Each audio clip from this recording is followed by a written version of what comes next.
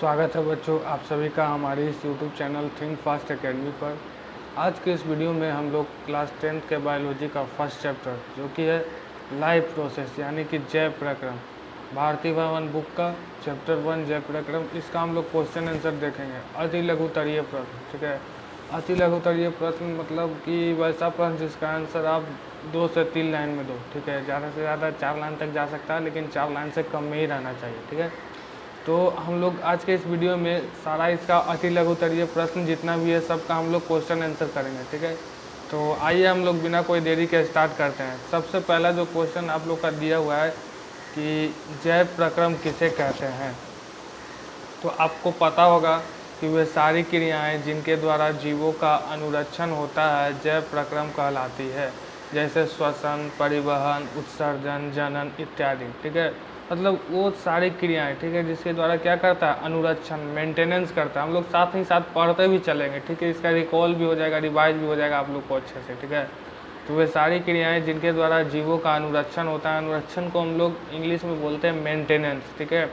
आप लोग देखिए, आप लोग अपना बाइक का मेंटेनेंस के लिए क्या करते हो, उसको सर्विसिंग सेंटर में भेजते हो, जहाँ पे उसका धुलाई होता है, सारा इंजन का चेक होता है और भी जो गड़बड़ी रहता है उसको ठीक किया जाता है। तो उसी तरह जितना भी जीव है, मनुष्य है चाहे और भी जितना सारा प्राणी है, सब लोग अपना जो जिस क्रिया के द्वारा अपने बॉडी को मेंटेनेंस करके रखता है, अनुरक्षण करता है, उस क्रिया को हम लोग क्या बोलते हैं, जैव प्रक्रम बोलते हैं, ठीक है। जैसे श्वसन हो गया, परिवहन हो गया, उत्सर्जन हो गया, जनन हो गया, इस सब क्रिया के द्वारा ये लोग क्या करता है, अपने आप को अनुरक्षित करता है, अनुरक्षण करता है, ठीक है। चलिए अब आगे चलते हैं, हम लोग देखते हैं दूसरा सवाल। दूसरा सवाल आपको बोल रहा है कि बहुकोशिकीय जीवों में ऑक्सीजन की आवश्यकता विसरण द्वारा क्यों नहीं पूरी हो पाती। तो आप लोग को पता होगा, आप लोग 9th क्लास में पढ़े होंगे कि बहुकोशिकीय जीव इसको कहते हैं जिसका शरीर एक से अधिक कोशिकाओं से मिलकर बना होता है, ठीक है।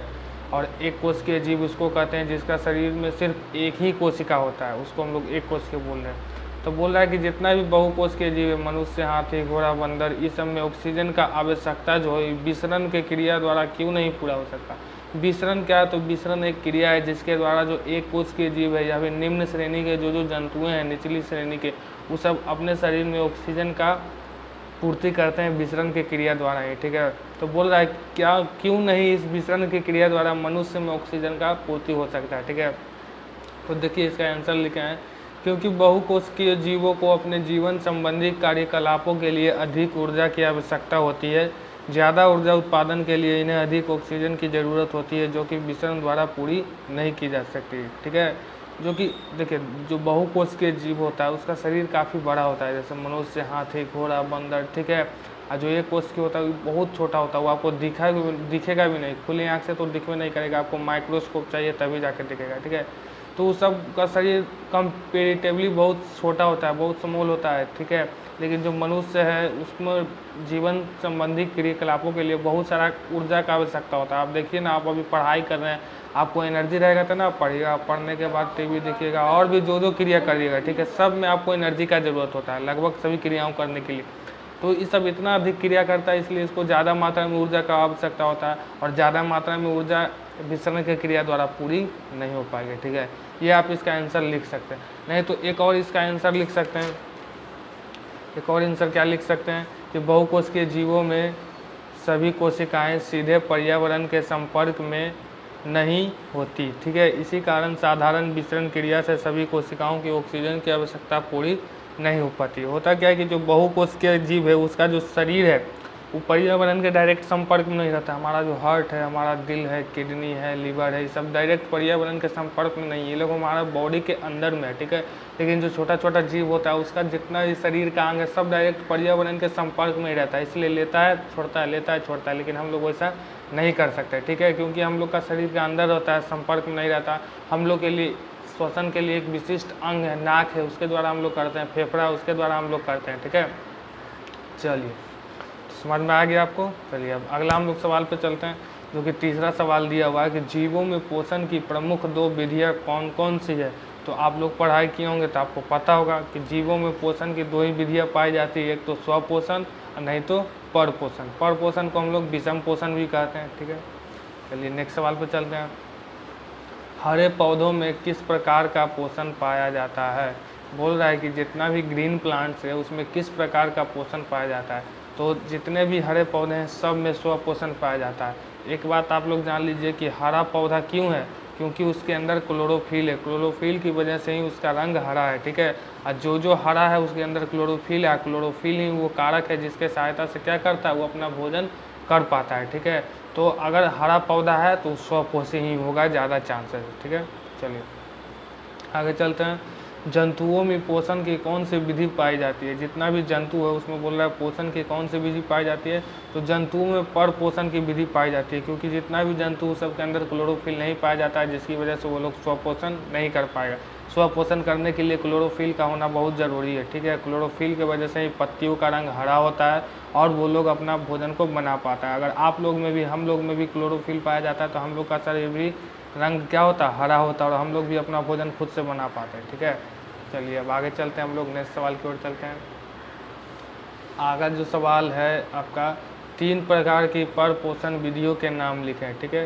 तो पर पोषण फिर आगे 3 प्रकार का होता है, आप लोग पढ़े होइएगा, मैंने पढ़ा भी रखा है, आप लोग जाके चैनल पे देख सकते हैं बायोलॉजी वाला प्लेलिस्ट में क्लास 10 का, कि पर पोषण जो होता है 3 प्रकार का होता है। मृतजीवी पोषण, जिसको हम लोग इंग्लिश में क्या बोलते हैं, सेप्रोफाइट बोलते हैं।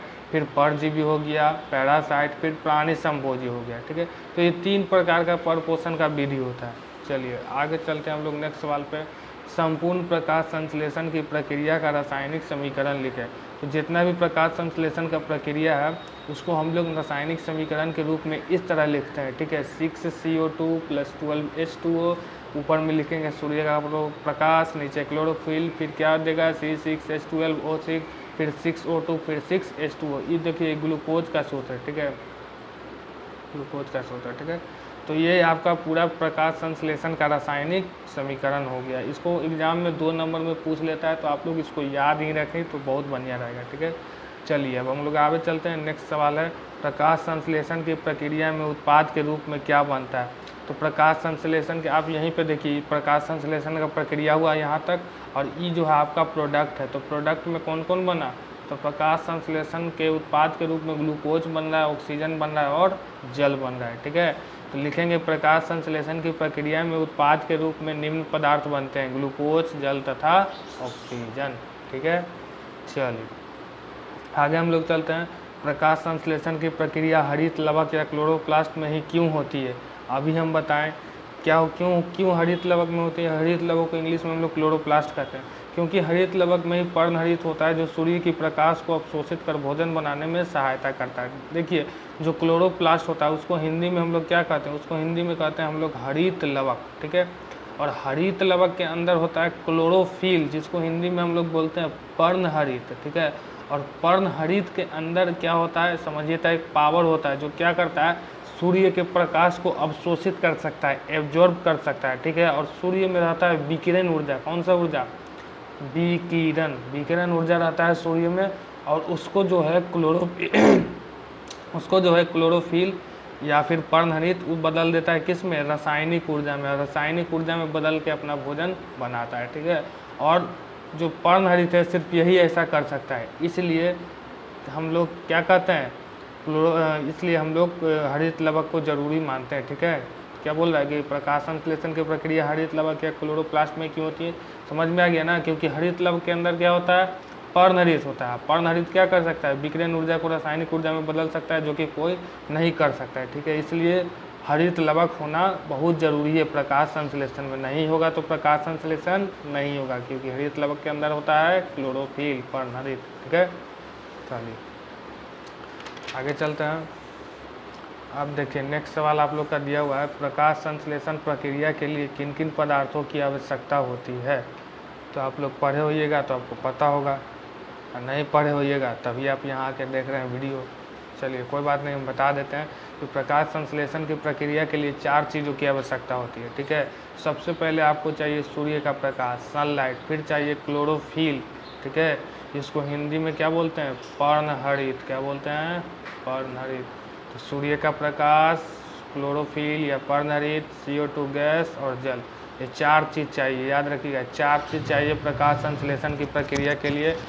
क्या क्या, सूर्य का प्रकाश, क्लोरोफिल, CO2 गैस और जल, ठीक है। चलिए अब अगला सवाल हम लोग देखते हैं, प्रकाश संश्लेषण की प्रक्रिया के लिए पौधे CO2 कहाँ से प्राप्त करते हैं। बोल रहा है कि प्रकाश संश्लेषण का जो प्रक्रिया होता है उसमें जो पेड़ पौधा होता है उस CO2 कार्बन डाइऑक्साइड कहाँ से लाते हैं। अभी हम लोग पढ़े कि 4 चीज़ चाहिए, सूर्य का प्रकाश, क्लोरोफिल, CO2 गैस और जल। तो इसमें देखिए CO2 गैस भी चाहिए। तो बोल रहा है कि जो CO2 गैस है वो कहाँ से लाता है, ठीक है। तो प्रकाश संश्लेषण प्रक्रिया के लिए पौधे CO2 वातावरण से तथा इसके अलावा लकड़ी, कोयले, ईंधनों के जलने से, जीवाणुओं द्वारा अपघटन से, श्वसन क्रिया आदि से प्राप्त करते हैं, ठीक है।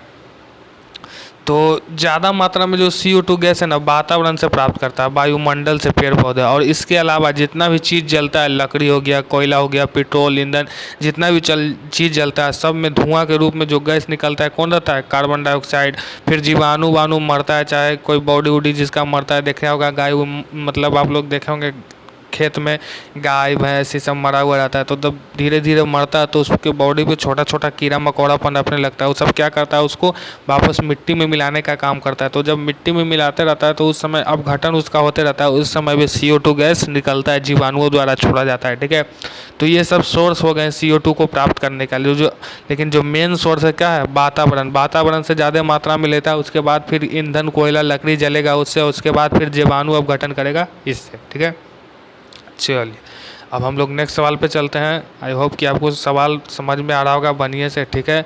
आप सिर्फ छापिएगा नहीं, आप समझते भी चलिएगा और हमको उम्मीद है कि आपको बढ़िया से हम समझाते चलना है, ठीक है। चलिए, कवक एवं जीवाणुओं में प्रकाश संश्लेषण की प्रक्रिया क्यों नहीं हो पाती। बोल रहा है कि जो कवक और जीवाणु होता है इसमें प्रकाश संश्लेषण की प्रक्रिया क्यों नहीं हो पाती। देखिए, प्रकाश संश्लेषण की प्रक्रिया होने के लिए 4 चीज़ चाहिए, ठीक है। सबसे पहले चाहिए प्रकाश संश्लेषण के लिए सूर्य का प्रकाश, CO2 गैस और जल। देखिए, ये तीनों चीज़ नहीं रहेगा तभी आप बाहर से ले सकते हैं, लेकिन जो मेन चीज़ है वो क्लोरोफिल है। क्या है, क्लोरोफिल होगा तो प्रकाश संश्लेषण आप कर सकते हैं। जैसे आपके अंदर मान के चलिए क्लोरोफिल रहेगा तो आप CO2 ले लीजिए कहीं से, सनलाइट ले लीजिए, जल लीजिए, आप प्रकाश संश्लेषण कर लीजिएगा, अपना भोजन बना लीजिए। लेकिन जो कवक होता है, जीवाणु होता है, इस सब में क्लोरोफिल नहीं पाया जाता है, इसलिए इस सब में जो होता है प्रकाश संश्लेषण का प्रक्रिया नहीं हो पाता। तो वही हम लिखे हैं कि क्योंकि कवक एवं जीवाणुओं में पर्णहरित या क्लोरोफिल उपस्थित नहीं होता है, इसलिए वो लोग प्रकाश संश्लेषण का प्रक्रिया नहीं कर पाते हैं, ठीक है। चलिए अब आगे हम लोग देखते हैं नेक्स्ट सवाल कि पोषण के दृष्टिकोण से अमीबा तथा पैरामीशियम किस प्रकार के जंतु हैं। तो सबसे पहले तो अमीबा और पैरामीशियम ये सब छोटा छोटा जीव है जो कि खुले आँख से दिखता नहीं है। अब अगर पोषण के हिसाब से देखा जाए कि पोषण के हिसाब से वो कैसा जीव है, तो पोषण के दृष्टिकोण से अमीबा तथा पैरामीशियम है वो परपोषी जंतु है। कैसा जंतु है, परपोषी, क्योंकि उसके अंदर क्लोरोफिल नहीं पाया जाता तो अपना भोजन खुद नहीं बना पाएगा, और अपना भोजन खुद नहीं बना पाएगा तो कैसा हो जाएगा, परपोषी।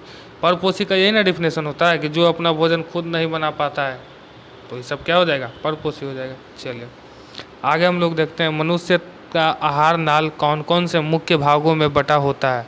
बोल रहा है कि मनुष्य का जो आहार नाल होता है, सबसे पहले तो आहार नाल क्या होता है, तो आहार नाल के बारे में मैं बता देता हूँ।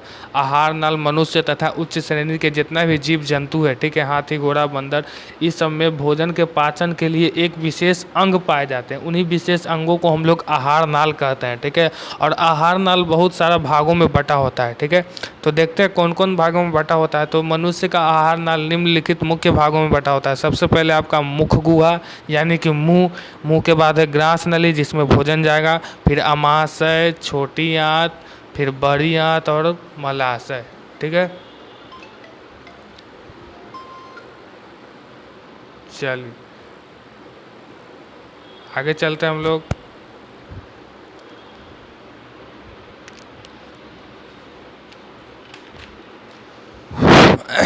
चलिए तो आगे चलते हैं हम लोग, ठीक है। आगे सवाल हम लोग देखते हैं, क्वेश्चन नंबर 15 देखते हैं कि ग्रसनी में स्थित 2 छिद्रों के नाम लिखें, ठीक है।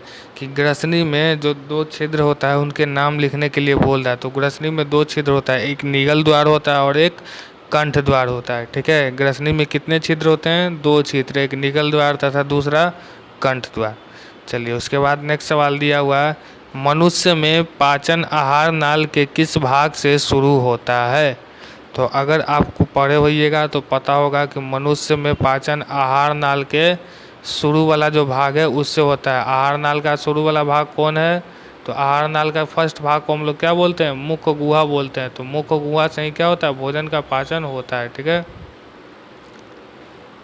चलिए 1 मिनट ज़रा इसको क्लियर कर देते हैं।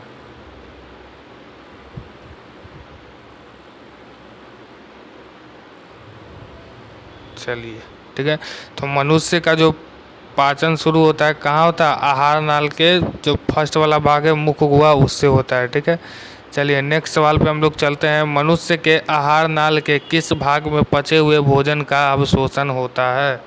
तो मनुष्य का जो आहार नाल है, अभी हम लोग देखें आहार नाल विभिन्न भागों में बटा हुआ होता है। तो आहार नाल के किस भाग में भोजन का अवशोषण होता है? ठीक है, तो आहार नाल का जो छोटी आंत है उससे क्या होता है? मनुष्य का भोजन का अवशोषण होता है उसमें। ठीक है, चलिए आगे चलते हैं। क्लोरोफिल वर्णक कहाँ पाया जाता है? नेक्स्ट सवाल जो दिया हुआ है, क्लोरोफिल वर्णक कहाँ पाया जाता है?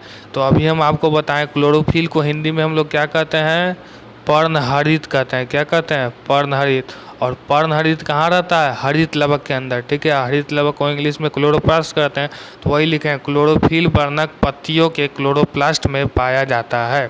ठीक है, नेक्स्ट सवाल, प्रकाश संश्लेषण प्रक्रम द्वारा पौधे क्या निर्माण करते हैं? बोल रहा है कि जो प्रकाश संश्लेषण प्रक्रिया होता है उसके द्वारा पेड़ पौधे किस चीज़ का निर्माण करते हैं? ठीक है, तो जो प्रकाश संश्लेषण प्रक्रिया द्वारा पौधे किसका निर्माण करते हैं? ग्लूकोज, जल तथा CO2 गैस का निर्माण करते हैं। देखिए यहाँ पे CO2 गैस नहीं होगा, यहाँ पे कौन सा गैस होगा? वह O2 गैस होगा। ठीक है, प्रकाश संश्लेषण द्वारा पौधे ग्लूकोज, जल और O2 का निर्माण करते हैं, ऑक्सीजन। अभी हम लोग देखे हैं, यहाँ पे देखिए एक बार दिखा देते हैं। ये देखिए यहाँ तक प्रकाश संश्लेषण का प्रक्रिया हुआ और उत्पाद के रूप में क्या क्या बन रहा है? ग्लूकोज, जल और CO2 गैस। CO2 गैस नहीं, कौन सा गैस? O2 gas. ठीक है, तो वही यहाँ पे गलत लिख दिए होंगे शायद। ठीक है, तो प्रकाश संश्लेषण प्रक्रिया द्वारा पौधे ग्लूकोज, जल तथा CO2 गैस का निर्माण करते हैं।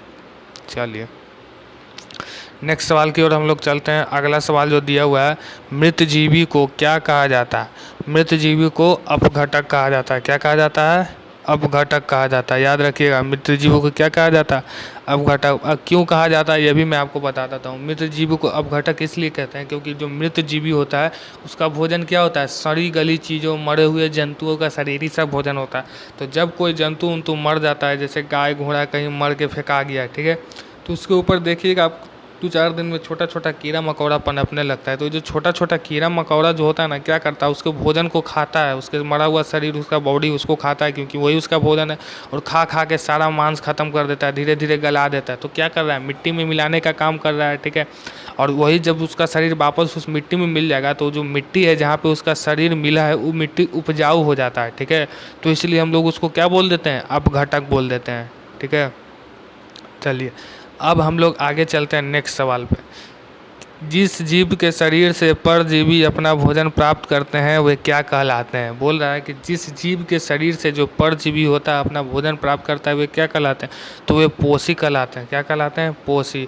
और जिस जीव से भोजन प्राप्त करता है पोषी, और जो प्राप्त कर रहा है वो परजीवी। जैसे एक एग्जाम्पल लेते हैं, जैसे हमारे शरीर है, हमारा ही शरीर है, हमारा बॉडी पे भी एक परजीवी रहता है जिसको हम लोग बोलते हैं ढीला, जू बोलते हैं, आम भाषा में जू बोलते हैं। हमारे हेयर में रहता है, बालों में रहता है।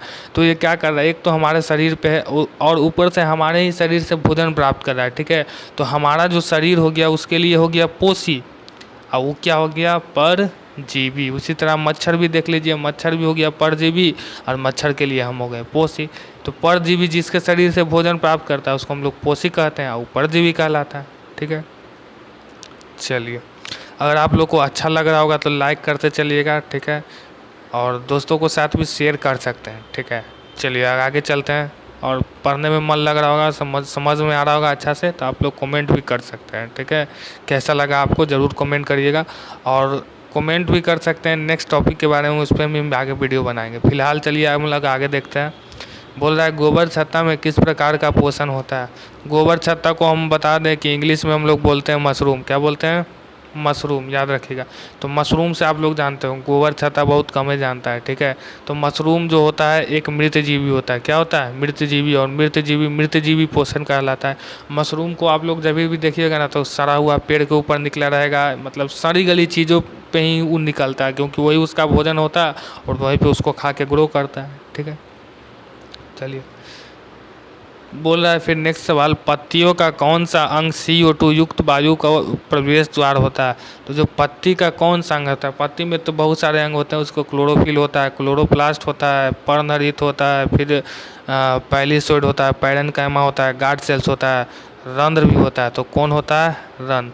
पत्तियों में एक, जैसे आप लेयरिंग करते चलिए, जैसे मान के चलिए ये आपका पत्ती है, ठीक है, ऐसे करके समझ जाइए बना है, ठीक है, ये आपका पत्ती है। तो पत्ती को आप जूम करते चलिए ना, तो सबसे पहले आपको ऊपरा वाला भाग रहेगा, बहुत सारा लेयर में बटा रहता है। तो सबसे पहले ऊपर वाला जो लेयर रहता है वो हो गया आपका पैरेन्काइमा बोल सकते हैं। फिर नीचे आइएगा तो रहेगा क्लोरोफिल वर्णक, फिर स्पंजी रहेगा, फिर एथी रहेगा, और सबसे नीचे वाला भाग जो रहेगा उसमें रहेगा रंध्र, ठीक है, रंध्र इसमें रहेगा, ठीक है। और रंध्र के द्वारा ही क्या करता है? गैस का आदान प्रदान होता है। चलिए आगे चलते हैं। पोषण की दृष्टि से जंतुओं को क्या कहा जाता है? पोषण की दृष्टि से जंतुओं को परपोषी कहा जाता है, क्योंकि जंतु सब परपोषी होता है। परपोषण करने वाले जीव को परपोषी कहते हैं, ठीक है। चलिए नेक्स्ट सवाल देखते हैं, अमीबा में भोजन का पाचन कहाँ होता है? तो अमीबा में भोजन का पाचन भोजन राजधानी में होता है। जैसे हम लोग में भोजन का पाचन कहाँ होता है? छोटी आंत में होता है, उसी तरह उसमें भोजन का पाचन, भोजन खाना, भोजन स्टोर करना सब कैसे होगा? भोजन राजधानी से ही होगा, ठीक है। चलिए अब हम लोग आगे चलते हैं, नेक्स्ट सवाल देखते हैं। क्वेश्चन नंबर 26, मनुष्य में पाचन के लिए विशेष अंग को क्या कहते हैं? तो अभी हम जस्ट पीछे बताएं कि मनुष्य में पाचन के लिए एक विशेष अंग होता है जिसको हम लोग क्या कहते हैं? आहार नाल। आहार नाल मतलब एलिमेंट्री का नाल इंग्लिश में बोलते हैं। इंग्लिश भी थोड़ा जानना जरूरी है क्या? चलिए आगे चलते हैं। क्वेश्चन नंबर 27 हम लोग देते हैं कि मनुष्य के जीव के ऊपरी सतह पर पाई जाने वाली संरचना को क्या कहते हैं? तो मनुष्य के जीव के ऊपरी सतह पर जो पाई जाने वाली संरचना है स्वाद कलिया है। जैसे मान के चलिए आपका जीव है तो ऐसे ऐसे छोटा छोटा छोटा छोटा छोटा छोटा रहता है, ठीक है, इसको हम लोग स्वाद कलियाँ बोलते हैं। बिल्ली उल्ली कुत्ता उत्ता में तो और बड़ा बड़ा देखिएगा, जीव के ऊपर बाल ऐसे निकला हुआ रहेगा, ठीक है। तो ये सब स्वाद कलियाँ रहता है। इसी की वजह से हम लोग क्या करते हैं? भोजन का टेस्ट ले पाते हैं, ठीक है। लेकिन क्या होता है जब हम लोग बीमार हो जाते हैं तो देखिएगा हम इस पे ऊपर काई जम जाता है, ठीक है, काई जम जाता है तो इस स्वाद कलिया ढका जाता है। तो इसलिए जब बीमार हो जाएंगे, मान के चलिए बुखार उखार लगा हुआ रहता है, तो देखिएगा आपको कोई भी भोजन देंगे ना तो खाए में मज़े नहीं आएगा, स्वाद नहीं लगेगा, उसमें टेस्ट एकदम बेकार लगेगा। ऐसा इसलिए हुआ कि आपका जो स्वाद कलियाँ है उस पर ऊपर एक लेयर आ गया, काई का लेयर आ गया, ठीक है, काई का लेयर आ गया जो आपको जम गया। इसलिए हम लोग क्या मतलब जिब्भी करके भोजन करना चाहिए, ठीक है। जिब्भी करिएगा तो सारा काई को हटा देगा, फिर स्वाद लगेगा, ठीक है। चलिए आगे हम लोग चलते हैं। मुख्य गुहा से भोजन कहाँ पहुँचता है? तो मुख्य गुहा से भोजन निगल द्वार में पहुँचता है, निगल द्वार से फिर ग्रास नली से, ग्रास नली से आमाशय से, ठीक है। चलिए आगे चलते हैं। क्वेश्चन नंबर 29 देखते हैं।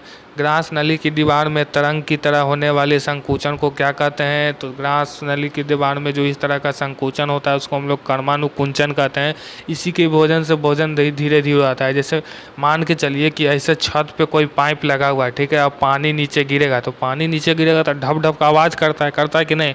लेकिन कभी आप लोग सोचे हैं कि हमारा भी तो जैसे मुंह है, मुंह के नीचे भी ऐसे गर्दन है, तो ऐसे भोजन जब पेट में जाता है, ऐसे नीचे सीधे पेट है तो भोजन जाता तो ढप ढप का आवाज़ करना चाहिए था, लेकिन करता है नहीं करता है। कभी ऐसा सोचे हैं? ऐसा इसलिए कि भोजन कर्मानुकुंचन होके आता है, ठीक है, पाइप सीधा नहीं रहता, पाइप ऐसे ऐसे ऐसे ऐसे गेले, ठीक है, इससे गेले कभी ऐसे गेले, और भोजन को धीरे धीरे लाता है। पहले एक स्टेप में यहाँ लाएगा, फिर एक स्टेप में भोजन को यहाँ लाएगा, फिर एक स्टेप में भोजन को ऐसे लाएगा, धीरे धीरे करके उतार के आराम से नीचे पेट में भोजन को उतारेगा, इसलिए आवाज़ नहीं करता, ठीक है। अगर सीधा रहता, डायरेक्ट कर्मानुकुंचन का प्रोसेस नहीं ना होता तो हम लोग खाते हैं, पेट में गिरता था, आवाज़ करता ढप ढप ढप, ठीक है। ऐसा नहीं होता है, क्यों? क्योंकि जब भोजन जाता है तो उसका कर्मानुकुंचन होता रहता है, ऐसे धीरे धीरे रिस के आगे बढ़ता है भोजन। चलिए तो अब हम लोग नेक्स्ट देखते हैं। क्वेश्चन नंबर 30, भोजन में मौजूद प्रोटीन को पेप्टोन में कौन सा एंजाइम बदलता है? तो सबसे पहले जानिए कि एंजाइम क्या होता है। एंजाइम शरीर में पाए जाने वाले छोटे छोटे केमिकल होते हैं, समझिए तो एक रस होता है जो हमारे शरीर में भोजन को पचाने के लिए बहुत ज़रूरी होता है, ठीक है। तो उसी तरह का एक एंजाइम है जिसका नाम है क्या? पेप्सिन। पेप्सिन ये एंजाइम क्या करता है? प्रोटीन को पचाने में मदद करता है। जैसे होता क्या है कि दाल आप लोग खाएं, दाल में रहता है प्रोटीन, तो प्रोटीन आपको डायरेक्ट नहीं पचेगा। प्रोटीन को पचाने के लिए बॉडी एक तरह का एंजाइम चाहिए, क्या? पेप्सिन, ठीक है। और यही पेप्सिन जब प्रोटीन में होता है तो प्रोटीन को तोड़ता है पेप्टोन में, और पेप्टोन से फिर भोजन का पाचन, उसका जो प्रोटीन का पाचन है बहुत सरल हो जाता है और पाचन आराम से हो जाता है, ठीक है। चलिए अब हम लोग नेक्स्ट सवाल देखते हैं 31। आहार नाल के सबसे लंबे भाग को क्या कहते हैं? तो आहार नाल का जो सबसे लंबा भाग है, मुख गुहा अग्रासन नली या महाशय, इस सब में सबसे बड़ा जो भाग है छोटी आंत है। इसका लंबाई कितना होता है? तो 6 से 8 मीटर होता है लगभग, ठीक है। आहार नाल का लंबाई कितना होता है? 6 से 8 मीटर। चलिए क्वेश्चन नंबर 32 देखते हैं। शरीर की सबसे बड़ी ग्रंथि को क्या कहते हैं? तो हमारे शरीर में जो सबसे बड़ा ग्रंथि होता है, अब ये ग्रंथि क्या होता है तो ग्रंथि भी बता देते हैं। ग्रंथि समझिए तो एक थैलानुमा रचना होता है बॉडी के अंदर, ठीक है। क्या होता है? थैलानुमा रचना होता है, जिसकी वजह से बहुत सारा हार्मोन रिलीज होता है और हमको बहुत सारा काम करने में मदद करता है, ठीक है। तो उसी तरह शरीर में एक ग्रंथि है जिसका नाम क्या है? यकृत है, ठीक है। जैसे आप लोग देखा होइएगा, एक जो लड़का रहता है और एक जो लड़की रहती है, ठीक है, दोनों का स्तन पाया जाता है। लड़का का भी पाया जाता है और लड़की का भी पाया जाता है। लेकिन आप लोग देखिएगा कि बड़ा होते होते जो लड़की का है, लड़की लोग का जो स्तन होता है वो थोड़ा बड़ा हो जाता है, लेकिन लड़का लोग का नहीं होता, ठीक है। मतलब गलत मीनिंग नहीं लीजिएगा, हम समझा रहे हैं, ग्रंथि का मतलब समझा रहे हैं, ठीक है। तो ऐसा क्यों होता है कि लड़की लोग का जो स्तन रहता है वो मतलब वो बड़ा हो जाता है और लड़का लोग का नहीं होता है? क्यों? क्योंकि लड़की लोग में स्तन के अंदर स्तन ग्रंथि पाया जाता है, इसलिए उसका ग्रंथि मतलब बढ़ जाता है। और लड़का लोग में चूंकि नहीं पाया जाता है इसलिए उसका नहीं बढ़ पाता, स्तन जैसे है वैसे के वैसा ही रह जाता है, ठीक है। तो ये हम ग्रंथि बता रहे थे कि ग्रंथि की वजह से क्या होता है, ठीक है। कितने लड़के होंगे जो समझ रहे होंगे, ठीक है। तो वैसा नहीं है, ये ग्रंथि समझा रहे हैं कि ग्रंथि क्या होता है, ठीक है। ग्रंथि की वजह से उन लोग का स्तन बड़ा हो जाता है और लड़कों लगकर नहीं होता है, ठीक है। चलिए आगे हम लोग देखते हैं कि पाचन की क्रिया कहाँ पूर्ण होती है। तो पाचन की जो क्रिया पूर्ण होती है वो छोटी आंत में। अब शोषण भी होता है वही में, अब पाचन का क्रिया भी पूर्ण कहाँ होता है? छोटी आंत में होता है। छोटी आंत को हम लोग स्मॉल इंटेस्टाइन बोलते हैं इंग्लिश में। अब हम लोग देखते हैं क्वेश्चन नंबर 34। छोटी आंत एवं बड़ी आंत के जोड़ पर अवस्थित नली को क्या कहते हैं? तो छोटी आंत एवं बड़ी आंत के जोड़ पे एक अवस्थित नली रहता है जिसको हम लोग क्या कहते हैं? सीकम। जैसे मान के चलिए ये छोटी आंत का नली है और एक बड़ी आंत का नली है, इसके जोड़ पे इसके बीच में एक ऐसे लटका हुआ रहता है या फिर ऐसे फूला हुआ रहता है, ठीक है। उस नली फूला हुआ रहता है, इसको हम लोग क्या बोलते हैं? सीकम बोलते हैं। चलिए अब हम लोग लास्ट सवाल देखते हैं कि अपचा भोजन अस्थायी तौर पर कहाँ संचित रहता है। तो हम आपको बता दें कि जितने भी भोजन है जो शरीर में नहीं पचा है वो अस्थायी तौर पे, मतलब कि परमानेंटली नहीं, कुछ समय के लिए मलाशय के अंदर पचा हुआ रहता है, ठीक है। और फिर मलाशय के रास्ते, गुदा के रास्ते शरीर से बाहर निकल जाता है, ठीक है। तो आई होप कि आपको वीडियो पूरा अच्छा से समझ में आया होगा, ठीक है। आप लोग इसका पढ़ते चले होंगे, समझते चले होंगे, ठीक है। चलिए अगर अच्छा लगा तो आप लोग लाइक कर सकते हैं, ठीक है। और चैनल को सब्सक्राइब भी कर सकते हैं और कमेंट भी कर सकते हैं, ठीक है। अगर आप लोग को नेक्स्ट किसी टॉपिक पे वीडियो चाहिए तो आप लोग हमको कमेंट करिए, हम उस पर बनाएंगे क्लास 10 का, ठीक है। कोई भी क्लास का 6 से लेकर 10 तक हम बनाएंगे उसका, ठीक है। चलिए आई होप कि आपको बढ़िया से समझ में आया होगा, क्लास को एंजॉय किए होंगे, ठीक है। मिलेंगे हम लोग फिर नेक्स्ट वीडियो में, तब तक के लिए थैंक यू।